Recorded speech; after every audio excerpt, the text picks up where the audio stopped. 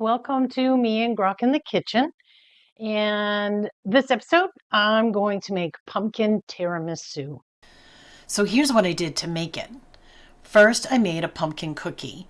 You can use store-bought ladyfingers, but I really wanted to highlight the pumpkin flavor and all those wonderful warm fall spice notes. So I creamed together a half a cup of butter that was softened and 1 cup of sugar. Then I added 1 large egg, a 1/4 cup of local honey, and a half of cup of pumpkin. And I mixed that all together.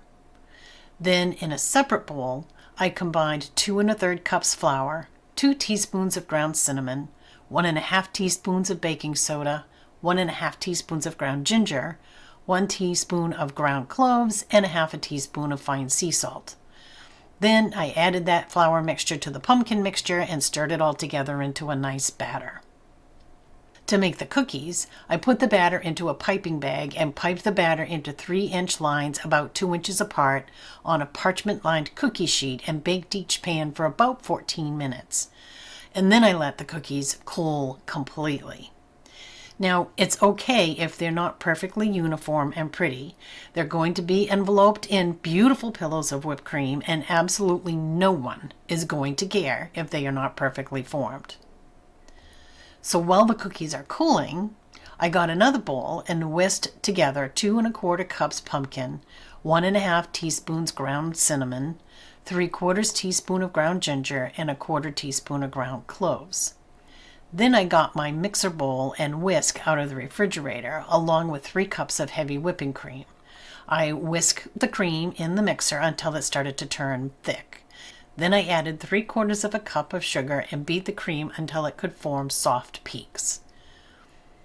Then I put 1/3 of the cream into the pumpkin mixture and gently folded it all together. It's perfectly fine to have a few streaks here, but what you want to do is keep the lightness of the whipped cream as much as you can. Then in another separate bowl, I never said you weren't going to get dirty dishes out of this recipe. In a separate bowl, I beat 12 ounces of room temperature cream cheese until it was smooth, and then I added the rest of the whipped cream to it until it was all combined. Then came the fun part, layering the dessert.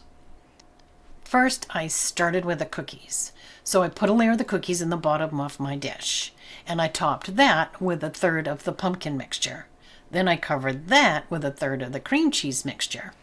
I did the same thing 2 more times, so I ended up with 3 layers of cookies, pumpkin, cream cheese mixtures, ending with the cream cheese. Then, for a little bit of prettiness, I just sprinkled the top of it with some extra cinnamon. After that, I just covered it with plastic wrap and refrigerated it until I was ready to serve it.